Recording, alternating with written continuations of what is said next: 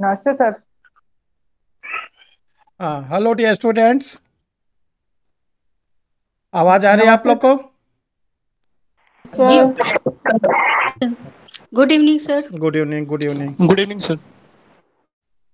चलिए, आज आप लोग को थोड़ा नए स्टाइल में पढ़ाने के लिए तैयारी की जा रही है। इससे ये रहेगा कि आप लोग स्क्रीन पर देखते भी रहेंगे कि क्या लिखा जा रहा है। सभी लोग को आवाज़ आ रही है? यस सर, आ यस रही है आवाज। सर। Yes sir. ये नहीं।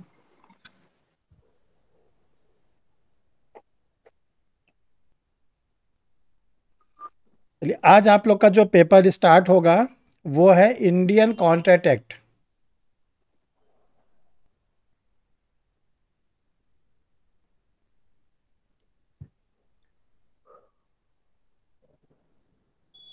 तो देखिए, इंडियन कॉन्ट्रैक्ट एक्ट पेपर आप लोग का जो स्टार्ट है, ये देखिए सभी जुडिशरी के एग्जामिनेशंस में ये आता है आप लोग के।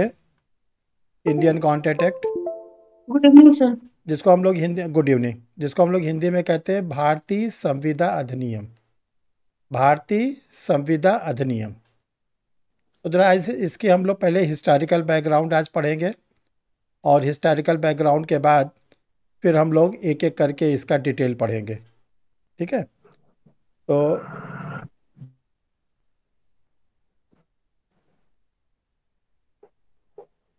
हाँ, तो देखिए आज का पेपर है इंडियन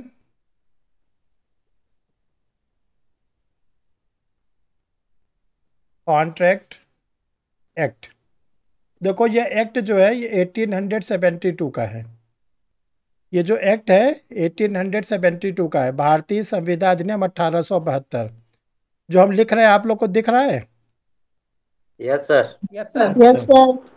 तो देखिए जो हाँ, देखिए जो इंडियन कॉन्ट्रैक्ट एक्ट है, भारतीय संविदा अधिनियम, ये कैसे बना, क्यों बना, इसके पहले हम थोड़ी सी आप लोग को हिस्टोरिकल बैकग्राउंड बता देते हैं, फिर इसके बाद हम लोग इसके चैप्टर पर आते हैं।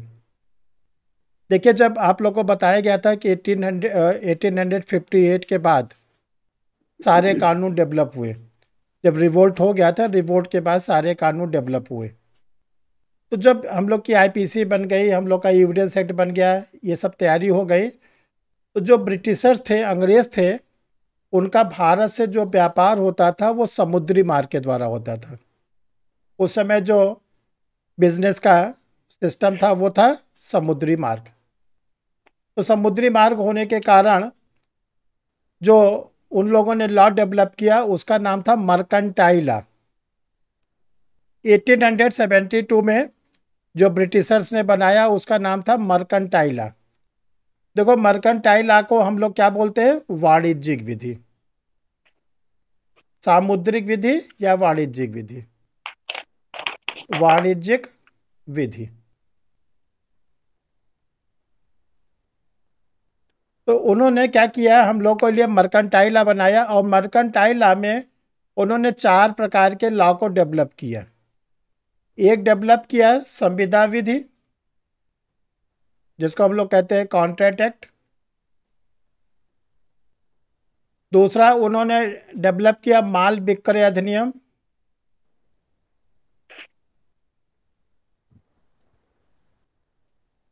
Sales of good act. तीसरा उन लोगों ने डेवलप किया साझेदारी अधिनियम। साझेदारी अधिनियम। और फोर्थ उन लोगों ने डेवलप किया परक्राम्य संलेख अधिनियम। परक्राम संलेख अधिनियम। ये 4 प्रकार के लॉ मर्केंटाइल लॉ में सामुद्रिक विधि में बनाए गए थे। देखो, जो पहला था इंडियन जो कॉन्ट्रैक्ट एक्ट था, उसका ये था कि जो बिजनेस होगा, व्यापार होगा, उसमें किन किन सिद्धांतों को पालन किया जाएगा। इसमें बताया गया है कि जो बिजनेस होता है, व्यापार होता है, उसके लिए जो प्रिंसिपल हैं, उन प्रिंसिपल को इसमें बताया गया है। जैसे आप लोग आगे पढ़ोगे कि प्रपोजल क्या होता है, एक्सेप्टेंस क्या होता है, प्रॉमिस क्या होता है, कंसीडरेशन क्या होता है, वाइड एग्रीमेंट क्या होता है, वाइडेबल क्या होता है, इन सब बातों को इंडियन कॉन्ट्रैक्ट एक्ट में बताया गया है। और इसमें से जो सेक्शन नंबर 1 से 75 है, सेक्शन 1 से लेके 75, यही आप लोग के जुडिशरी के सिलेबस में आता है ज़्यादा। इसके बाद ब्रिटिशर्स ने ये बनाया कि जो माल विक्रय अधिनियम है, कि जो हम लोग बिजनेस करेंगे वो किन माल का करेंगे, किस गुड्स का करेंगे, इसमें जो सेलर होगा उसके क्या राइट्स होंगे, जो बायर होगा उसके क्या राइट्स होंगे, क्रेता और विक्रेता के क्या होंगे। और इसी में आप लोगों ने लॉ में पढ़ा होगा, बहुत ही इम्पोर्टेंट था, क्रेता सावधान का नियम। तो ये सब बातें बताई गई माल विक्रय अधिनियम में। इसके बाद ये कहा गया कि अगर आपका बिजनेस बहुत बढ़ जाता है, बिजनेस आपका बहुत आगे चला जाता है, आप चाहते हो कि हम किसी को पार्टनर बना लें, तो आपके लिए बनाया गया साझेदारी अधिनियम, पार्टनरशिप एक्ट। पार्टनर कैसे बनेंगे, पार्टनर की क्या ड्यूटीज़ होंगी, पार्टनर के क्या राइट्स होंगे, पार्टनर कब फर्म से निकाल दिया जाएगा, कब फर्म का विघटन होगा, ये सब बातें जो है हम लोग पढ़ते हैं पार्टनरशिप एक्ट में। इसके बाद देखो, जो व्यापार होता है, व्यापार का उद्देश्य क्या होता है, जो व्यापारी लोग व्यापार करते हैं उनका उद्देश्य क्या होता है, मुनाफा कमाना। लाभ कमाना।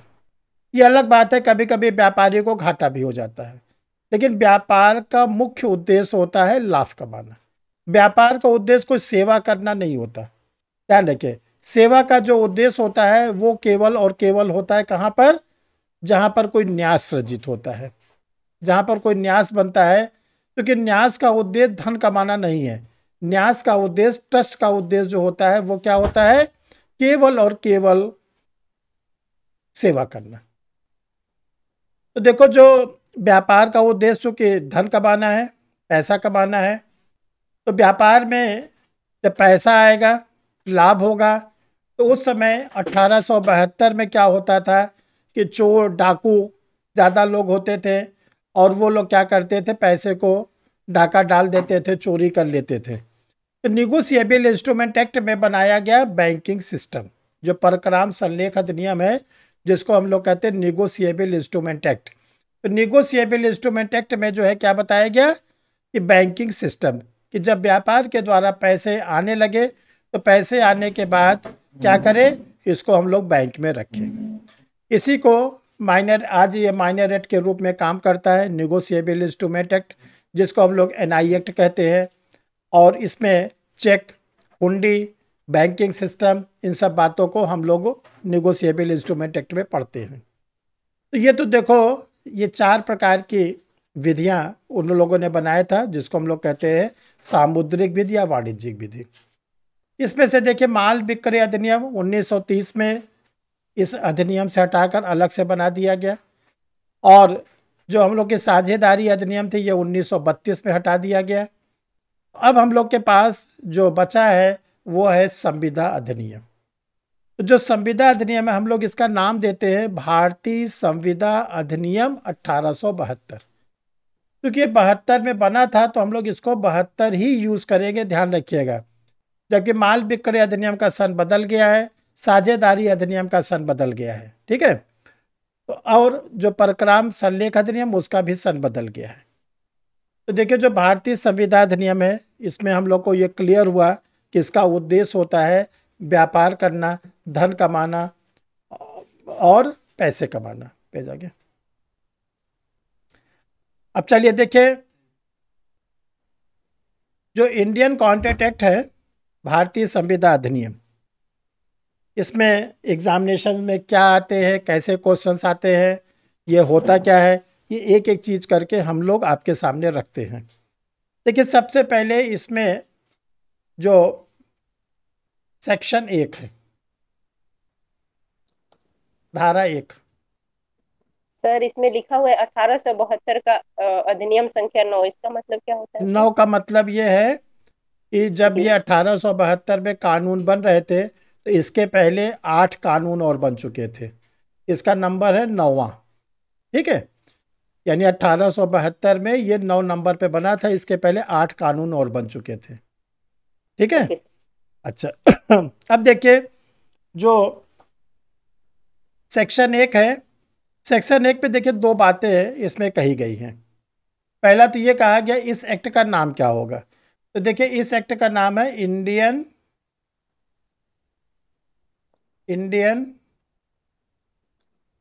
Contract act 1872।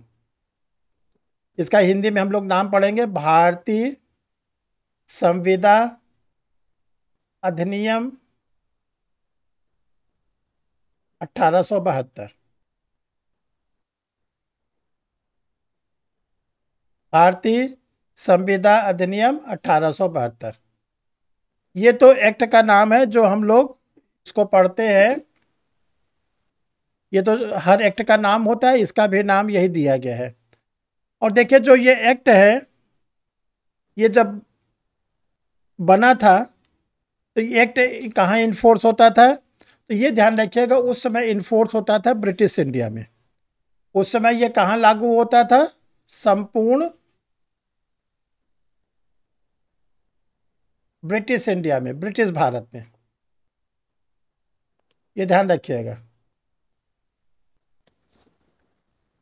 और जब 1947 में देश का विभाजन हो गया, तो ये जो एक्ट था, पाकिस्तान वाले इसको पाकिस्तानी संविदा अधिनियम कहते हैं, इंडिया वाले भारतीय संविदा अधिनियम कहते हैं। तो जब भारतीय संविदा अधिनियम हम लोग का नाम सामने आया, तो इसको कहा गया कि 1872 का सीरियल नंबर 1, सीरियल नंबर 9, ये हम लोग इस एक्ट का अपना नाम देते हैं।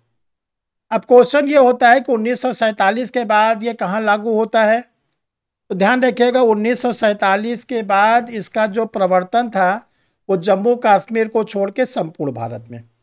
तब आप लोग यहाँ पे नोट करके लिखिएगा, नोट 1947 से इसका प्रवर्तन क्या हो गया, इसका प्रवर्तन हो गया जम्मू कश्मीर, जेके को छोड़कर, जम्मू कश्मीर को छोड़कर संपूर्ण भारत में ये लागू होता था।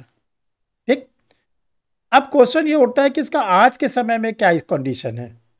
आज 2023 चल रहा है, तो आप लोग लिखोगे यहाँ पे कि 2019 से, 2019 से, और इसकी डेट भी डाल देना 31 अक्टूबर, 31 अक्टूबर 2019 से ये क्या हो गया, whole the India, whole the India. ये ध्यान रखिएगा, प्री का मोस्ट इंपॉर्टेंट क्वेश्चन है, मोस्ट इंपॉर्टेंट क्वेश्चन। ठीक है, दिया रहेगा कि जो इंडियन कॉन्ट्रैक्ट एक्ट है इसका प्रवर्तन कहाँ पर है, तो दिया रहेगा जम्मू कश्मीर को छोड़ के संपूर्ण भारत में, फिर कहीं दिया रहेगा कि संपूर्ण भारत में, कहीं दिया रहेगा ब्रिटिश इंडिया में। तो देखो आप लोग जो टिक लगाओगे वो टिक लगाओगे whole the India, whole the India, संपूर्ण भारत में। ठीक है, समझ में आ रहा है सबको? जी सर। इससे कोई दिक्कत तो नहीं है? नहीं। No sir. चलो, अब देखिए जो इंडियन कॉन्ट्रैक्ट एक्ट है ये हम लोगों का, ये सेक्शन फर्स्ट में है, याद रखिएगा। अगर एग्जामिनेशन में आता है ये किस सेक्शन में है, तो आप लोग इसको टिक लगाओगे, सेक्शन नंबर 1। अब देखिए आप लोग को जो पढ़ना है इंडियन कॉन्ट्रैक्ट एक्ट में जुडिशरी के लिए, चाहे वो बिहार का हो, चाहे यूपी का हो, किसी भी स्टेट का जुडिशरी का हो, तो क्या क्या पढ़ना है आप लोग को, इसमें 6 चैप्टर पढ़ना है। लिखो, पहला चैप्टर नंबर 1,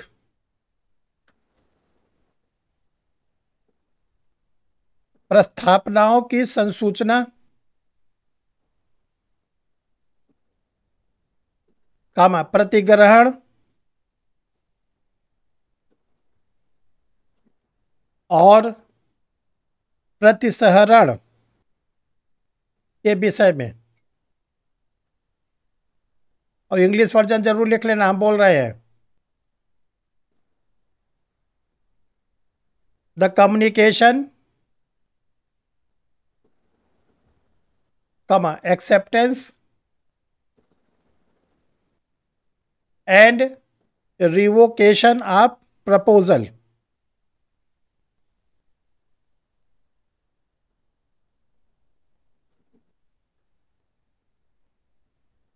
इसको आप लोग लिखो, सेक्शन 1 से लेकर 9 पढ़ना है इसमें हमको, सेक्शन 1 से 9। चैप्टर नंबर 2, संविदाओं, शून्यकरणीय संविदाओं, फिर से सर बोलिए तो। संविदाओं, शून्यकरणीय संविदाओं और शून्य करारों के विषय में। इंग्लिश वर्जन लिखो, contracts, voidable contract and void agreement. Sir एक बार रिपीट कर दीजिए। Contract, voidable contract and voidable agreement, section number 10 से 30।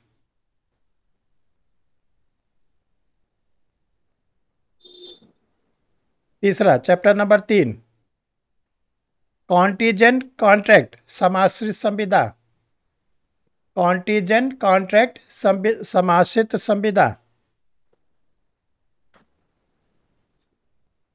सेक्शन 31 से 36।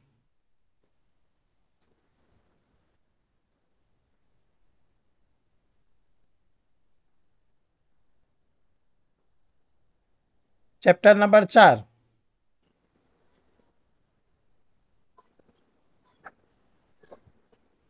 The performance of contract, the performance of contract, संविदाओं का पालन, सेक्शन 37 से 67। सेक्शन 37 से। हाँ, 37 से 67, 37 से 67।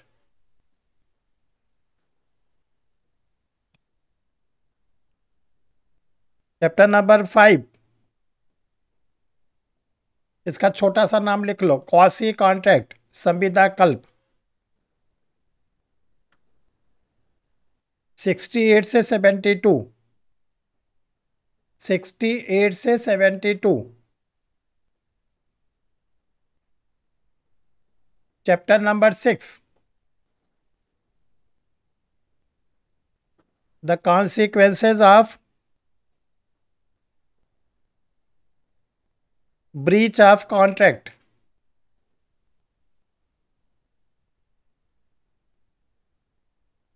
संविदा भंग के परिणामों के विषय में, सेक्शन 73 से 75।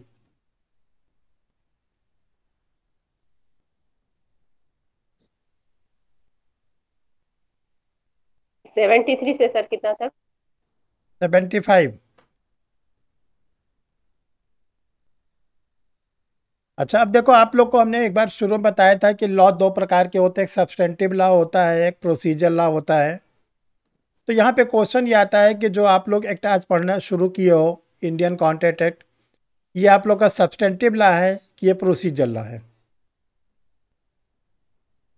इंडियन कॉन्ट्रैक्ट एक्ट जो पढ़ रहे हो, ये सब्सटेंटिव लॉ है कि प्रोसीजरल लॉ है? Substantive law. सब्सटेंटिव लॉ है सर। इसका प्रोसीजर लॉ क्या है? CPC CPC. हाँ, तो देखो, पहले तो जान लो, देखो कोई चीज़ नहीं आती तो कोई दिक्कत नहीं, सीखने के लिए ही तो आप क्लास कर रहे हो, लेकिन बताने के बाद गलती नहीं करना। तो देखो, जो आप लोग ये लॉ पढ़ रहे हो, ये है मौलिक विधि, सारवान विधि, हिंदी में कहते हैं मौलिक विधि या सारवान विधि, और इंग्लिश में कहते हैं सब्सटेंटिव लॉ। अब ये सब्सटेंटिव लॉ में अगर कोई प्रॉब्लम आती है, प्रॉब्लम का मतलब है ब्रीच ऑफ कॉन्ट्रैक्ट, संविदा भंग, जिसको हमने बताया 73 से 75। तो जो संविदा भंग के लिए आप लोग सूट लाओगे, ब्रीच ऑफ कॉन्ट्रैक्ट के लिए कोई सूट लाओगे, इस सूट को बोलेंगे सिविल सूट, और ये सिविल सूट कहाँ जाएगा? सीपीसी में। अभी सुबह हमने क्लास में पढ़ाया था, दोपहर में 11 बजे मेंस वाली क्लास में, ये सिविल सूट कहाँ जाएगा? सीपीसी में, सिविल कोर्ट में। ऑर्डर 26। तो ये ध्यान रखिएगा, सेक्शन सीपीसी के section 26, order first, order 4, order 7, यानी ब्रीच ऑफ कॉन्ट्रैक्ट का जो सूट चलेगा वो सीपीसी में चलेगा। ठीक है। अब देखिए, जैसे सभी एक्ट की जो सेक्शन नंबर 2 होती है वो बहुत इंपॉर्टेंट होती है। तो सेक्शन 2 में क्या होता है, 2 बातें होती हैं, या तो उसमें डेफिनेशन दी रहती है जिसको हम लोग परिभाषा कहते हैं, या उसमें निर्वचन खंड दिया रहता है जिसको हम लोग इंटरप्रिटेशन क्लास कहते हैं। तो इंडियन कॉन्ट्रैक्ट एक्ट में सेक्शन 2 को जो बोला गया है वो डेफिनेशन के सेक्शन नहीं है। सेक्शन 2 जो है वो क्या है, निर्वचन खंड है।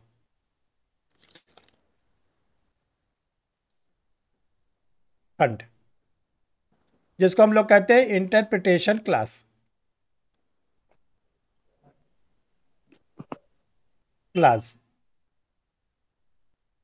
अगर आपसे पूछा जाए कि जो सेक्शन नंबर 2 है उसमें कितने शब्दों की परिभाषा दी गई है, 5, 8, 10, 12, हाउ मेनी वर्ड्स, कितने वर्ड्स उसमें है सेक्शन 2 में?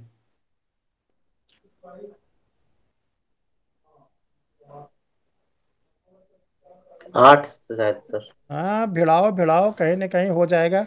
11 सर। 11, हाँ भिड़ा लो, और कोई भिड़ा लो जल्दी जल्दी। कितने सेक्शन है, कितने वर्ड्स यूज किए गए हैं? 10। आज से जान लो केवल 10 शब्द है ये। और यही अपने इंटरव्यू के कॉपी में हमने आप लोग को बोला है कि एक कॉपी बनेगी इंटरव्यू की, बन गई है सबकी? संध्या, यस सर। संध्या बनी आपकी कॉपी इंटरव्यू की? सर मुझे नहीं पता था, अभी मालूम पड़ा। चलो, आप क्या करना है, एक कॉपी बनाओगी प्री की, एक कॉपी बनाओगी मेंस की, एक कॉपी आप बनाओगी इंटरव्यू की। तो देखो, प्री की कॉपी तो अनेक बनेगी।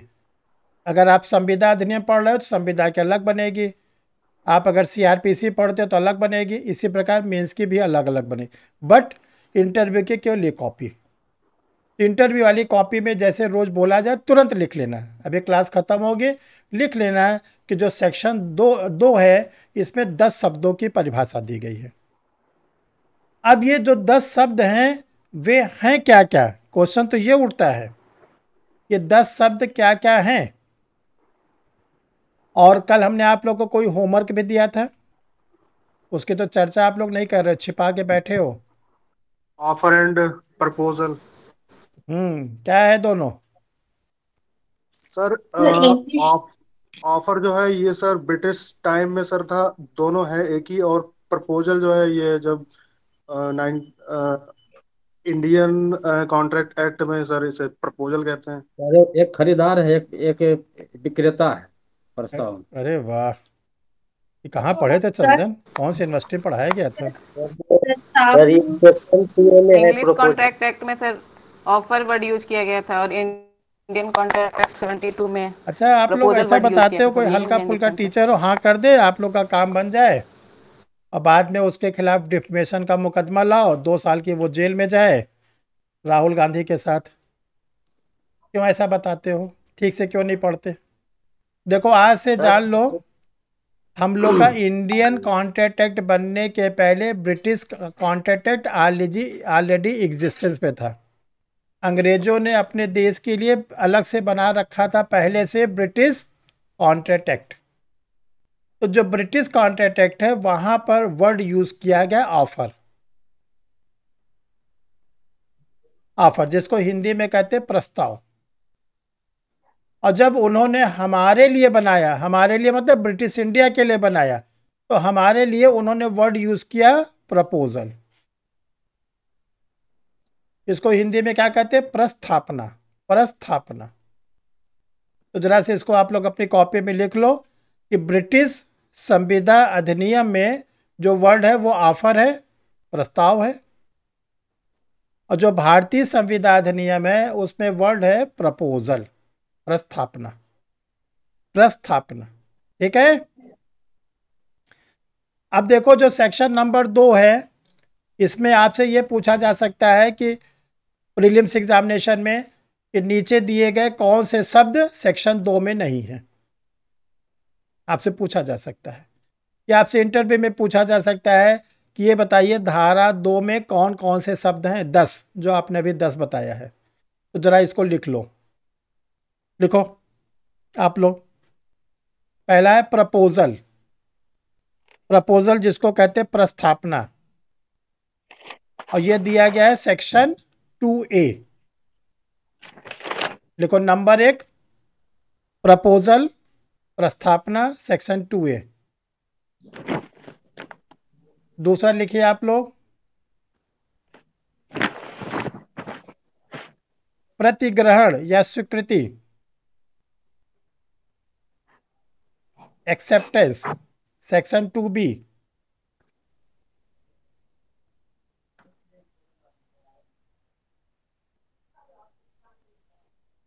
तीसरा वचनदाता, प्रोमिसर, तथा प्रोमिसी, वचन ग्रहीता, सेक्शन 2C।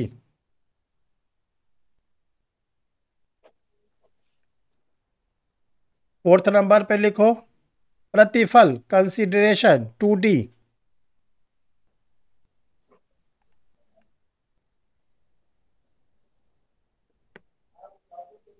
अगला लिखो 5वें नंबर पर करार। देखो करार को हिंदी में कभी कभी ठहराव भी कहते हैं, तो ब्रैकेट में लिख लो, नहीं तो ठहराव को नहीं समझ पाओगे। ठहराव, और इंग्लिश में कहते हैं agreement, section 2E। Section 2E। छठे नंबर पर है व्यतिकारी वचन। व्यतिकारी वचन, रेसिप्रोकल प्रोमिसेस। Reciprocal promises.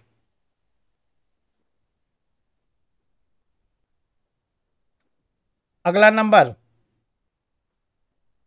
शून्य करार, wide agreement, section 2G।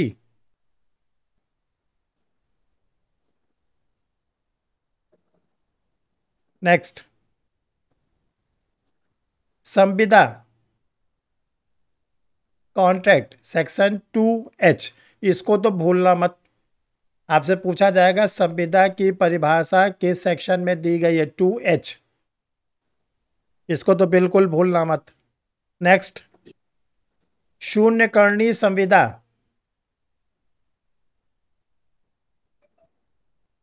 Voidable contract, section 2I।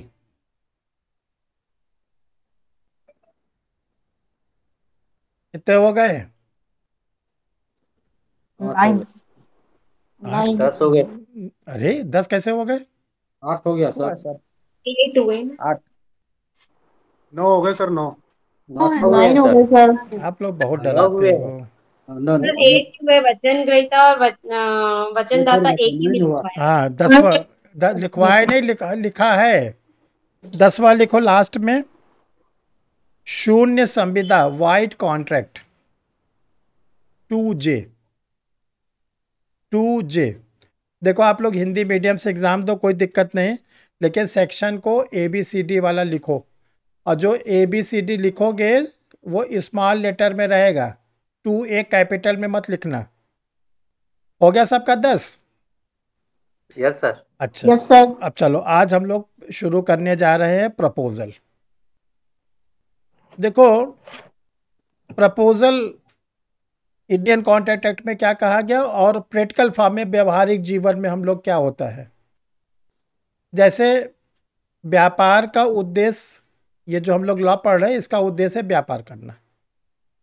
तो जो व्यापारी होता है वो किसी दूसरे व्यक्ति के सामने या तो कोई चीज़ खरीदने के लिए या कोई चीज़ बेचने के लिए ही क्या करता है, अपना इच्छा प्रकट करता है। जो व्यापारी होता है अपने किसी चीज़ को बेचने के लिए या किसी दूसरे के सामान को खरीदने के लिए इच्छा प्रकट करता है, ठीक है। तो जो इच्छा प्रकट करता है उसी को हम लोग कहते हैं कि उसने क्या किया है, प्रपोजल दिया। उसने क्या किया, प्रपोजल दिया। जैसे आप देखते होंगे कि आज के समय में भी फुटकर विक्रेता सड़क सड़क बेच बेच के अपना सामान बेचते हैं, चिल्ला चिल्ला के। क्यों रितु कुमार, बेचते हैं? सेब 150 रुपए यस सर। किलो, उसके हाँ पीछे सर। उसके पीछे आता है केला वाला, कहता है 40 रुपए किलो, फिर खीरा वाला आ गया, ककड़ी वाला आ गया, दिन भर ये सब चलता रहता है। तो वो चिल्ला के क्या कह रहा है? ऑफर दे वो रहा है। सर ऑफर दे रहा है, ऑफर। हाँ, वो इच्छा प्रकट कर रहा है कि अगर आपको खीरे खाने हैं तो 40 रुपए ले आओ और 1 किलो मुझसे ले जाओ। आपका मन किया, गए 1 किलो तौला के ले लिए। तो जो व्यापारी होता है वो विनम्र होकर रिक्वेस्ट करके अपना सामान बेचता है या धमकी देकर? रिक्वेस्ट आप लोग मार्केट जाते हो तो व्यापारी बहुत पोलाइट होता है ना, जी यस सर। कि जाते ही गुस्सा में कैसे घुसे दुकान में, ऐसे बोलता है? नहीं। नहीं। जैसे आप दुकान पे जाते हैं, कोई लेडीज आई, आइए दीदी, दीदी जी आइए, आइए दीदी जी, भाभी जी आइए, आइए बैठिए बैठिए बैठिए, अपने सर्वेंट से कहा ठंडा पानी पिलाओ, कॉफ़ी पिलाओ, चाय पिलाओ। ये सब क्यों कर रहा है? बिक्री बढ़ाने के लिए। आपका गला काटने के प्रॉफिट के लिए। लिए। अभी आपका गला काटेगा। कस्टमर का वेलकम कर रहा है। हाँ, वेलकम कर रहा है। आप सोच रहे हो कि मेरी बड़ी इज्जत कर रहा है। अरे ससुराल में नहीं आए हो, वो केवल इसलिए आपको ठंडे पानी पिला रहा है, आपको बड़ा मीठा मीठा शब्द बोल रहा है, आपको चाय पिला रहा है, कॉफ़ी पिला रहा है, कुछ दुकानदार आप देखते हो कोल्ड ड्रिंक वगैरह भी पिलाते हैं। आपको वो मेंटली तैयार कर दिया। क्या तैयार कर दिया? अब आप इच्छा प्रकट करोगे। जैसे आपने कहा कि मुझे जो है 2 साड़ियाँ लेना है, अब वो दिखाता गया दिखाता गया दिखाता गया। तो ये बताइए, जो उसने कोल्ड ड्रिंक पिलाया है, जो कॉफ़ी पिलाया, उसका पैसा कहाँ से लेगा? सर, जो हम खरीदेंगे उसी में काटेगा। हाँ, जैसे मान लीजिए आपने 500 रुपए की साड़ी पसंद की, तो वो कोल्ड ड्रिंक वगैरह का सबको जोड़ के 550 लेगा और आपसे बोलेगा देखिए 800 रुपया इसका रेट है, हम आपको केवल 550 में दे रहे हैं। आप इतने खुश हो गए कि 800 की साड़ी, MRP लिखा हुआ है 800, ये 550 रुपये में दिया, कॉफ़ी भी पिलाया या कोल्ड ड्रिंक पिलाया, तो उसकी आप माउथ कन्विंसिंग करोगे? अब आप अपने रिलेटिव से, अपने कॉलोनी में, अपने मोहल्ले में लोगों से बोलोगे ना, भाई वो दुकानदार बहुत अच्छा है, उसके यहाँ सामान लिया करो। और आते समय आपने कहा जरा कैलेंडर दे दो, डायरी दे दो या पर्स दे दो, लेडीज़ कहेंगे सर, तो वो कहेगा अरे बिल्कुल बिल्कुल, आपको एक पर्स भी दे दिया, डायरी भी दे दिया, सब दे दिया। अब आप इतने खुश हो गए, कैरी बैग तो दिया ही, अब आप इतनी खुश हो गए कि उसकी कन्वेंसिंग करना शुरू कर दी। ठीक है, तो उसका मोटिव क्या था? उसका उद्देश्य क्या था? उसका उद्देश्य था आपके पॉकेट से, आपके पर्स से पैसे निकलवाना। और जो आपको 550 रुपये में उसने अगर कोई साड़ी बेची है तो उसकी कास्ट 200 रुपये थी, 250 रुपये थी, तो 300 रुपया वो क्या कमाया? मुनाफा, प्रॉफिट। तो इस प्रॉफिट को बोलते हैं, आज ध्यान रखना, इसी को हम लोग कहते हैं कंसिडरेशन। अभी आगे पढ़ोगे, प्रतिफल।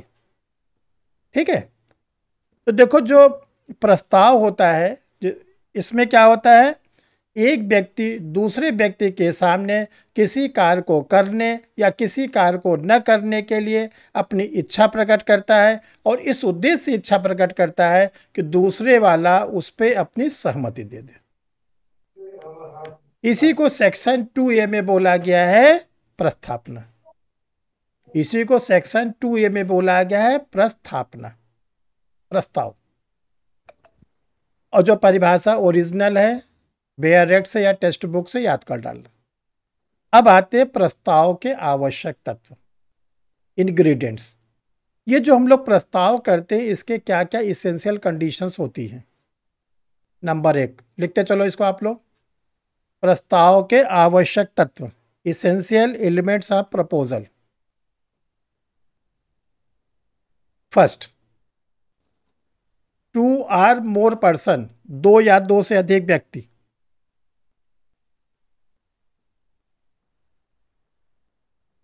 दूसरा, कम्युनिकेशन ऑफ प्रपोजल, प्रस्ताव की संसूचना।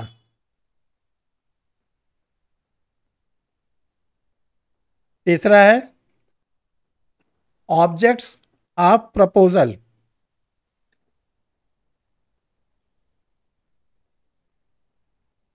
प्रस्ताव का उद्देश्य।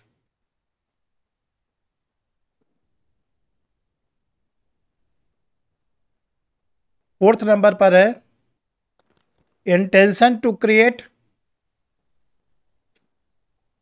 लीगल रिलेशनशिप,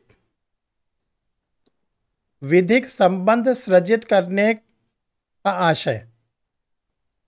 ये 4 आवश्यक तत्व है, 5वां कोई आवश्यक तत्व नहीं है। 2 या 2 से अधिक व्यक्तियों का होना, प्रस्ताव की संसूचना, प्रस्ताव का उद्देश्य, विधिक संबंध सृजित करने का आशय। 2 or more person, communication of proposal, objects of proposal, intention to create legal relationship. ठीक है। देखो, प्रस्ताव के लिए कम से कम 2 व्यक्ति होना चाहिए। क्या कोई व्यक्ति अपने से प्रस्ताव कर सकता है? नो। नहीं। भाई, अपना सामान जो आपको बेचना है या किसी का सामान खरीदना है तो कम से कम 2 हो ना। Yes sir. 2 व्यक्ति होने। अच्छा देखो, व्यक्ति जो होते हैं 2 तरह के होते हैं। एक नेचुरल पर्सन होता है, एक आर्टिफिशियल पर्सन होता है। एक प्राकृतिक व्यक्ति होता है, एक कृत्रिम व्यक्ति होता है।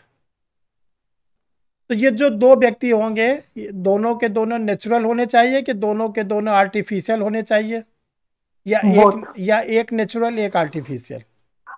Sir both. तीनों ही कंडीशन हो सकती हैं। नेचुरल भी हो सकता है, नेचुरल आर्टिफिशियल और आर्टिफिशियल आर्टिफिशियल। तो अब ये जो है आप लोग पहले नंबर में लिखो कि जो 2 या 2 से अधिक व्यक्ति होंगे, ये 3 कंडीशन हो सकती है। पहला, दोनों के दोनों प्राकृतिक व्यक्ति, नंबर 1। नंबर 2, दोनों के दोनों कृत्रिम व्यक्ति, आर्टिफिशियल पर्सन। तीसरा, एक नेचुरल यानी एक प्राकृतिक और दूसरा कृत्रिम, आर्टिफिशियल।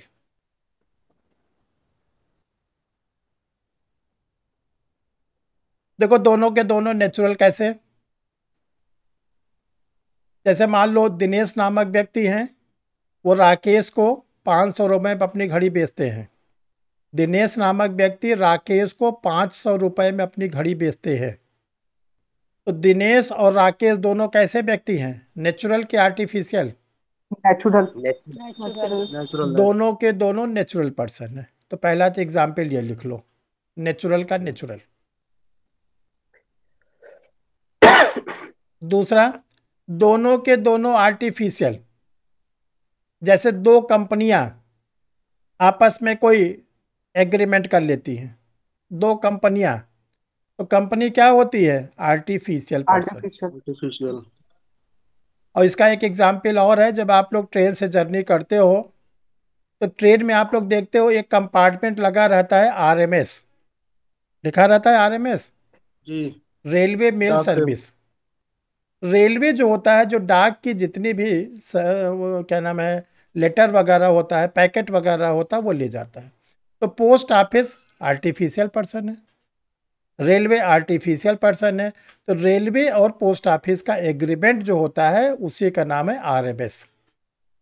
ठीक है, बोथ आर आर्टिफिशियल। एक नेचुरल एक आर्टिफिशियल, एक नेचुरल एक आर्टिफिशियल। जैसे आप लोग जुडिशरी का फॉर्म भरते हो पब्लिक सर्विस कमीशन के द्वारा, आपने जुडिशरी का फॉर्म पब्लिक सर्विस कमीशन के लिए भरा, तो पब्लिक सर्विस कमीशन क्या है? नेचुरल पर्सन है कि आर्टिफिशियल है? आर्टिफिशियल। आप आर्टिफिशियल है। यार आप भी आर्टिफिशियल हो? नेचुरल। नेचुरल हम नेचुरल हैं। अरे आप तो, और किसने आर्टिफिशियल बोला अपने को? पब्लिक सर्विस कमीशन को आर्टिफिशियल बोले। अच्छा, हम सोचे अपने को। चलो, तो देखो 3 इसके ग्राउंड से, तीनों को याद रखना, तीनों हमने आपको बताया। दूसरा ये कहा गया कि जो आप प्रस्ताव करते हो, ऑफर करते हो, इसकी नोटिस, सूचना दूसरे को होनी चाहिए कि नहीं होनी चाहिए? जी। आप जो बेचना चाहते हो, खरीदना चाहते हो, सामने वाले की नॉलेज में आ जाए कि नहीं आ जाए? अगर जब तक कम्युनिकेशन जी होना सर। सामने वाले की नॉलेज में नहीं आएगा, सामने वाला हाँ नहीं कैसे कहेगा? ठीक है। तो देखो इस पर एक लीडिंग केस है, लालमन शुक्ला, लालमन शुक्ला वर्सेस गौरी दत्त, लालमन शुक्ला वर्सेस गौरी दत्त। ये 1913 का केस है, इलाहाबाद हाई कोर्ट का। देखो इसमें जो लालमन शुक्ला, गौरी दत्त थे इसमें, गौरी दत्त एक सेठ जी थे, बिजनेसमैन। उनके यहाँ एक एम्प्लाई काम करता था जिसको मुनीम कहा जाता था। मुनीम मतलब आज का अकाउंटेंट, वो था लालमन शुक्ला। सेठ जी कानपुर में रहते थे और कानपुर में उनका भतीजा खो गया। पहले सेठ जी ने जहाँ जहाँ संभावना थी वहाँ वहाँ पता लगाया। बाद में जब सेठ जी को अपना भतीजा नहीं मिला तो उन्होंने अपने मुनीम लालमन शुक्ला को 2-3 दिन की छुट्टी दिया, बोला आप जाइए 2-3 दिन भतीजे को खोजिए। लालमन शुक्ला कानपुर से उसे खोजने के लिए कई जगह गए। जब लालमन शुक्ला नहीं लौटे तो सेठ जी ने क्या किया, पूरे कानपुर शहर में एक पर्चे बंटवाए, हैंडबिल। ये बोला कि अगर मेरे भतीजे को खोज कर कोई लाएगा तो उसे मैं 501 रुपया इनाम दूंगा। इसी बीच में लालमन शुक्ला को सेठ जी का भतीजा हरिद्वार में घूमते दिखाई पड़ा तो उसको हरिद्वार के रेलवे स्टेशन पर उन्होंने पकड़ लिया और पकड़ के सेठ जी के पास ले आए। लालमन शुक्ला सेठ जी को दे दिया। बाद में लालमन शुक्ला को यह पता चला कि हमारी अनुपस्थिति में, हमारे एब्सेंस में सेठ जी ने पर्चे बंटवाए थे 501 रुपए के।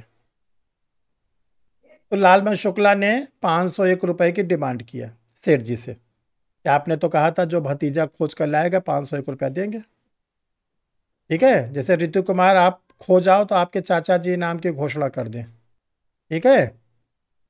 जी सर। हाँ, तब क्या हुआ, लालमन शुक्ला ने जब डिमांड किया तो गौरी दत्त ने देने से मना कर दिया।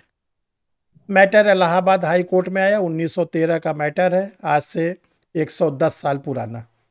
तो जो कितना पुराना केस पढ़ रहे हो, आज भी बिल्कुल लीडिंग केस बना हुआ है, 110 साल पुराना, यानी हम लोग के 2 पीढ़ी ऊपर का मैटर है। अब आप लोग ये बताइए, क्या लालमन शुक्ला को 501 रुपया मिले कि ना मिले? नो, नहीं मिलेगा, नॉलेज नहीं था ऑफर के बारे में। क्योंकि जब वो खोजने गया था उसके नॉलेज में नहीं था कि ये ऑफर कुछ रखे हैं। हाँ, तो ये देखो प्रस्ताव की सूचना।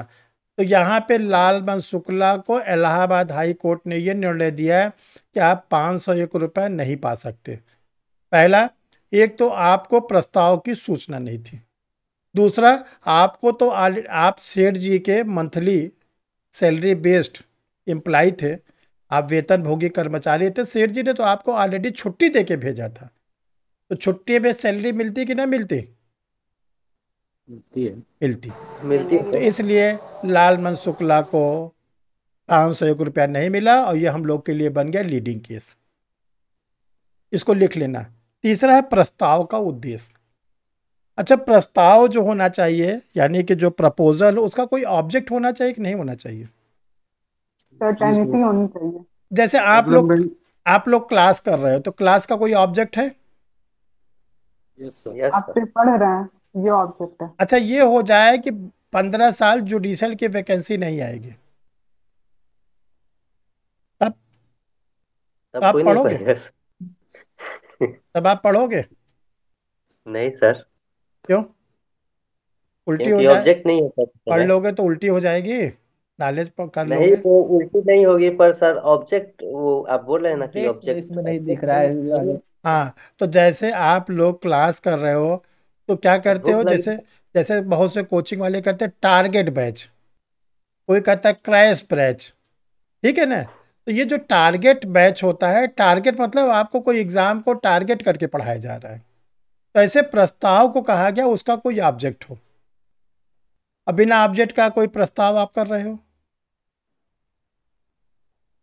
बोलो, तो वो कभी भी प्रस्ताव निश्चित होना चाहिए, सर्टेन होना चाहिए, प्रस्ताव का ऑब्जेक्ट होना चाहिए। ठीक है, अदरवाइज वो कभी भी प्रस्ताव नहीं कहलाएगा। इसी को देखो चौथे नंबर पर, फोर्थ नंबर पर और क्लियर कर दिया गया है। क्या क्लियर किया गया है? प्रस्ताव का उद्देश्य विधिक संबंध सृजित करना होना चाहिए। जब हम किसी को ऑफर देते हैं, उसका एक्सेप्टेंस मिलता है, तो यही आगे चल के क्या बन जाता है? एग्रीमेंट बन जाता है और कॉन्ट्रैक्ट बन जाता है। विधिक संबंध सृजित करना होना चाहिए। देखो इस पर एक केस है, बाल्फोर वर्सेस बाल्फोर। देखो हम लोग इंडियन कॉन्ट्रैक्ट एक्ट का यही एक ऐसा केस है जिसमें प्लेंटिफ और डिफेंडेंट दोनों का एक ही नाम, वादी का नाम भी बाल्फोर है, प्रतिवादी का नाम भी बाल्फोर है। एक्चुअल में भी ये केस जो है सही रूप में है मिसेस बाल्फोर बनाम मिस्टर बाल्फोर। तो आप लोग अपने कॉपी में लिख लो, Mr Balfour versus Mrs Balfour versus Mr Balfour. देखो इस केस में क्या हुआ था, ये श्रीलंका का केस है। श्रीलंका का पहले नाम था सीलोन। श्रीलंका का जो पहले नाम था वो नाम था सीलोन, इसलिए आप लोग की किताब में मिलेगा सीलोन ही, ध्यान रखिएगा। तो आप परेशान मत होइएगा कि ये सीलोन कहाँ से आ गया। 1919 का केस है, 1919 का। तो सीलोन में ये हस्बैंड वाइफ रहते थे, मिसेस बाल्फोर और मिस्टर बाल्फोर। जो मिस्टर बाल्फोर थे सीलोन की गवर्नमेंट में गवर्नमेंट जॉब करते थे। पति पत्नी एक बार घूमने टहलने के लिए, टूर करने के लिए लंदन गए। वहाँ पर वो लोग घूमे टहले और जब पति की छुट्टी ख़त्म होने लगी तो उसने वापसी की तैयारी शुरू कर दी। जब वापस आना था उसी के एक दिन पहले पत्नी की तबीयत खराब हो गई। मिसेस बाल्फोर की लंदन में तबीयत खराब हो गई। तो मिस्टर बाल्फोर ने अपनी वाइफ से ये कहा कि हम तो जा रहे हैं सीलोन अपनी नौकरी पर, आप यहाँ पर अपना इलाज करा लो, हम पैसे देते रहेंगे और जब आपकी तबीयत ठीक हो जाए तो आप सीलोन वापस आ जाना। मिस्टर बाल्फोर अपनी वाइफ को पैसे देते रहे। पत्नी ठीक हो गई, पत्नी वापस सीलोन नहीं गई बल्कि लंदन में रुक गई और अपने पति मिस्टर बाल्फोर से बोली कि मुझे आप मेंटेनेंस, भरण पोषण यानी पैसा भेजते रहिए। तो यहाँ पे क्वेश्चन है कि जो मिस्टर बाल्फोर थे उन्होंने पैसा भेजना बंद कर दिया, आगे पैसा उन्होंने नहीं भेजा। तो क्वेश्चन ये होता है कि क्या मिसेस बाल्फोर अपने पति से मेंटेनेंस ले सकती है कि नहीं? नहीं सर। सभी लोग बताइए। No sir. नहीं ले सकते। नहीं सर। क्यों?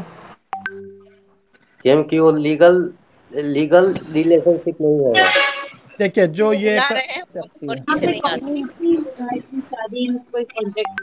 देखो यहाँ पे जो एग्रीमेंट है वो सोशल एग्रीमेंट है, सामाजिक करार।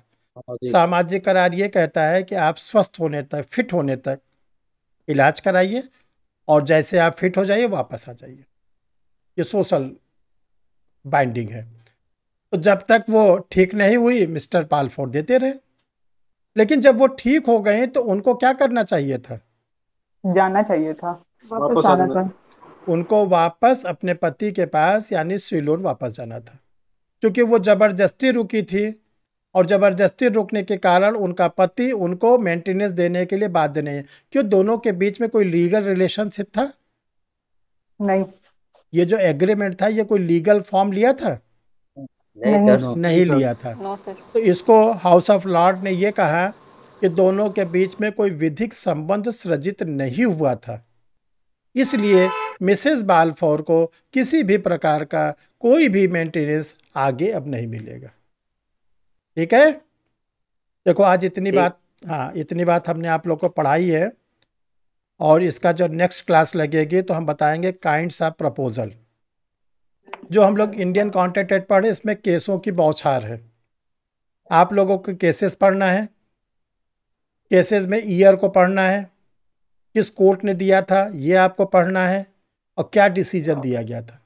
इंडियन कॉन्ट्रैक्ट एक्ट उसी तरह जैसे लॉ ऑफ टार्ट्स में हम लोगों ने केसों को पढ़ा था, इंडियन कॉन्ट्रैक्ट एक्ट में भी सेक्शन पढ़ना है, सेक्शन की परिभाषा याद रखनी है, उसके प्रकार को याद रखना है और केसेस को याद रखना है। इसमें करीब 50-60 केस आपको पढ़ाए जाएंगे कम से कम। ये सारे 50-60 केस आपको मालूम होना चाहिए। आज हमने कल 2 केस आपको पढ़ाया है, लालमन शुक्ला वर्सेस गौरी दत्त, और दूसरा आपको पढ़ाया है बालफोर वर्सेस बालफोर। इसको अपने कॉपी में पूरे फैक्ट्स को लिख डालना केस का, और कोशिश करो कि आज आपको ये केस याद हो जाए।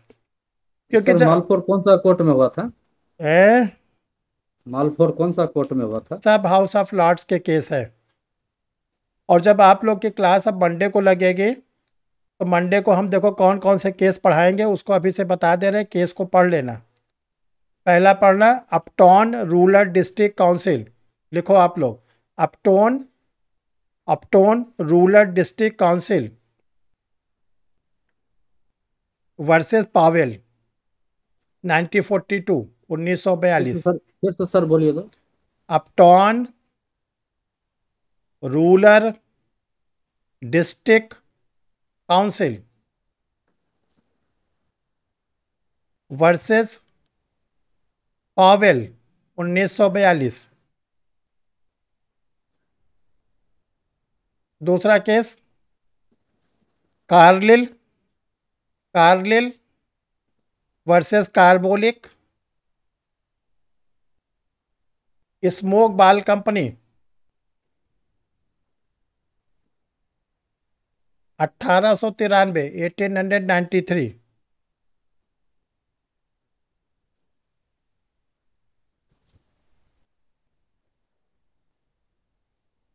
ठीक है, तो देखो आज जितना पढ़ाया गया क्लास रिकॉर्डेड है, अभी आपको मिलेगी। इसको आप लोग, कल संडे है, कल इसको पूरा देख डालिएगा। और मंडे को जब आप लोग की क्लास 6:30 पे चलेगी तो काइंड्स ऑफ प्रपोजल। देखो इंडियन कॉन्ट्रैक्ट एक्ट बहुत ही हम लोग का इंटरेस्टिंग पेपर है, पढ़ने में बड़ा मन लगता है, क्योंकि डायरेक्ट ये बिजनेस से जुड़ा हुआ है और डेली के रूटीन में भी हम लोग ये सब चीज़ों को देखते हैं, इसलिए ये एक्ट हम लोग को बहुत अच्छा लगता है। ठीक है, तो चलो परसों हम लोग मिलते हैं। अभी 8 बजे की क्लास आप लोग के सीआरपीसी की रहेगी। सीआरपीसी की क्लास में आप लोग